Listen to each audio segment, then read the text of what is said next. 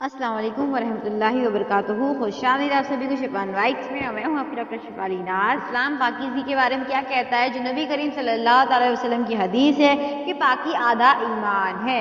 اس series میں انشاءاللہ ہم اس کے متعلق سمجھیں گے پاکی کے تمام مسئلے مسائل، وضو کے، غسل کے. ویلکم یو ان DDC پاکیزگی. بسم اللہ الرحمن الرحیم. اللہم اجعلنی توابین وجعلنی من المتطہرین.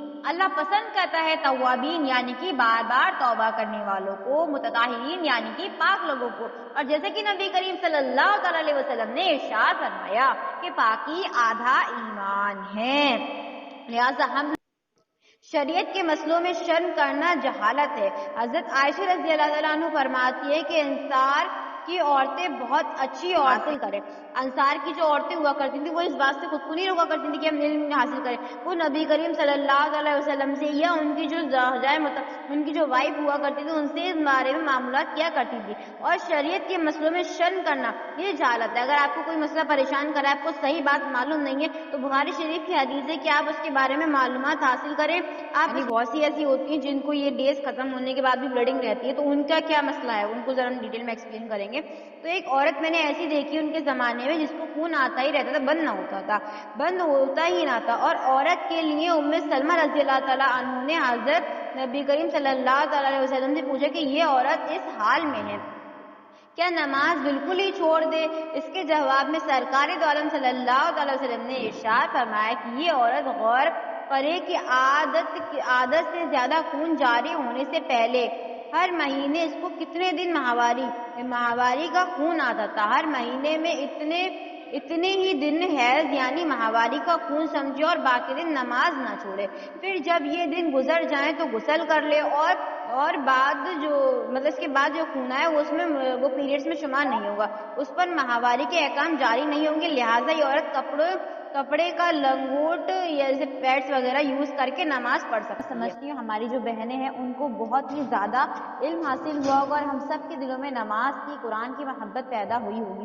حاصل کرے کہ ہمارا بلڈ پریشر امپروو ہوتا ہے، ہماری جو ساری باڈی ہے اس کے اندر بلڈ فلو ہوتا ہے، ہماری ہارٹ ہیلتھ اچھی رہتی ہے، ہماری فزیکل مینٹل ہیلتھ بھی اچھی رہتی ہے.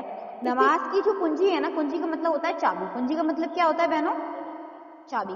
نماز کی جو چابی ہے وہ ہے وضو، اور وضو کے لیے جو مین چیز ہے وہ ہے پاکی. تو سب سے پہلے ہم کو پاکی کو سمجھنے کی ضرورت ہے. پاکی کیا ہے، پاکی ہم کس طرح سے اپنے اندر لا سکتے ہیں، پاکی کی ہمیں کیوں ضرورت ہے، اور ہماری حدیثوں میں پاکی کے بارے میں اتنا کیوں بیان کیا جاتا ہے. رسول اللہ صلی اللہ علیہ وسلم نے فرمایا کہ پاکی آدھا ایمان ہے. بخاری شریف کی حدیث بیان کرنے لگے ہیں. اور جب ہم دعا پڑھتے ہیں وضو کے بعد میں پڑھتے ہیں اشہد ان لا الہ الا اللہ وحدہ لا شریک لہ واشہد ان محمدا عبدہ ورسولہ اللہم اجعلنی توابین واجعلنی من المتطہرین. یعنی کہ اللہ پسند کرتا ہے توابین یعنی کہ توبہ کرنے والوں کو، اور متطہرین یعنی کہ پاک لوگوں کو. اسی کے ساتھ ہم کو چاہیے کہ ہم پاکی کا اہتمام کریں یعنی کہ پاکی کی طرف توجہ کریں. جیسے کہ ابھی میری بہن نے بتایا کہ وضو کرنے سے ہماری باڈی میں سے جرمز ریموو ہو جاتے ہیں. ہینڈ واش کے لیے ابھی آپ دیکھیں کرونا کال جو چلا تھا، ہینڈ واش کے لیے لوگوں نے کتنی جدوجہد کی. سینیٹائزر یوز کر رہا ہے کوئی، اپنے پاس کوئی سی کریم رکھا ہوا ہے، کچھ یوز کر رہا ہے کوئی، اوڈومس وغیرہ. لیکن ہمارا دین اسلام کتنا سبحان اللہ خوبصورت مذہب ہے، جس میں ہمارے نبی کریم صلی اللہ علیہ وسلم نے فرمایا کہ دن میں 13 مرتبہ ہاتھ دھونا سنت ہے. دن میں 13 مرتبہ ہاتھ دھونا سنت ہے. کس طرح سے میں آپ کو بتاتی ہوں، نوٹ کر لیجیے گا جو لوگ کاپی پین لے کے بیٹھے ہوئے ہیں. اول تو ہمیں جب ہم وضو کرتے ہیں 5 ٹائم کا، 5 فرض نماز کے لیے، تو وہ ہمارے 5 وقت ہاتھ دھلتے ہیں. ہاتھ دھونے کے بعد ہی ہم اپنا وضو کنٹینیو کرتے ہیں. پھر اس کے بعد کھانا کھانے سے پہلے اور کھانا کھانے کے بعد میں ہم ہینڈ واش کرتے ہیں. واش روم سے آنے کے بعد ہم ہینڈ واش کرتے ہیں. پھر جب ہم کو چھینک آتی ہے تو اس کے بعد بھی ہم کو ہینڈ واش کرنا چاہیے. اسی کے ساتھ سونے سے پہلے وضو کرنے کا بھی ہمارے دین اسلام میں اہتمام بتایا گیا ہے کہ آپ اپنے جسم کو پاک صاف کر کے سوئیں. اب پاکی کس چیز کا نام ہے اور پاکی کیوں ہمارے لیے ضروری ہے وہ غور کرتے ہوئے سب سے پہلے ہم دیکھیں گے نفس کی پاکی. ہر وہ خواہش، ہر آرزو جو ہمیں اللہ تعالیٰ کا نافرمان بناتی ہے، اس سے خود کو پاک کرنا، اس سے خود کو دور کر لینا نفس کی پاکی کہلاتی ہے. پھر آتا ہے ذہن کی پاکی.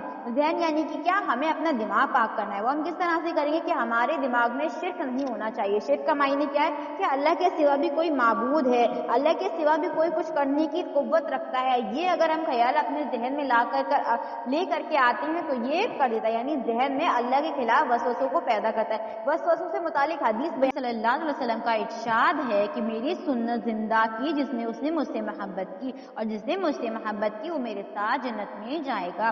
یاد کریں جب ہم ایمان کا بیان پڑھ رہے تھے اس میں ہم نے آپ کو ایک بات بتائی تھی کہ ہمیں جنت میں جانے کے لیے جنت میں وہ انسان جائے گا جو پیارے محبوب مصطفیٰ چاند رحمت صلی اللہ علیہ وسلم سے دنیا میں سب سے زیادہ محبت کرنے والا ہوگا۔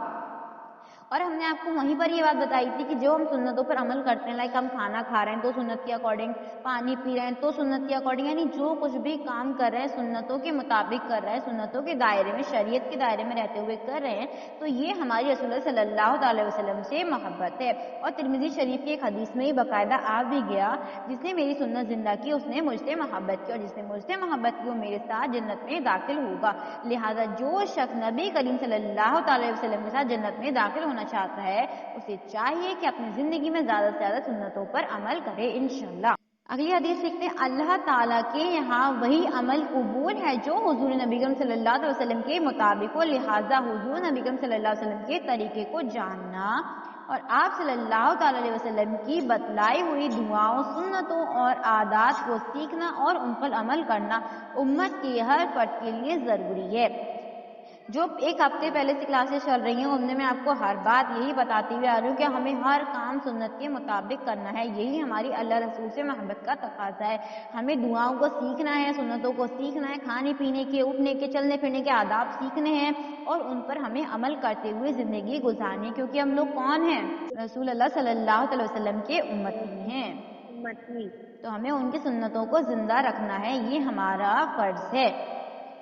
اسی کے ساتھ ان دعاؤں اور سنتوں پر عمل کرنے سے آخرت کا ثواب اور کامیابی ملنے کو یقین ہی ہے، ساتھ ہی دنیا میں بھی عزت ملتی ہے اور مصیبت اور آفتوں سے حفاظت ہوتی ہے، سکھ اور چین نصیب ہوتا ہے۔ سبحان اللہ۔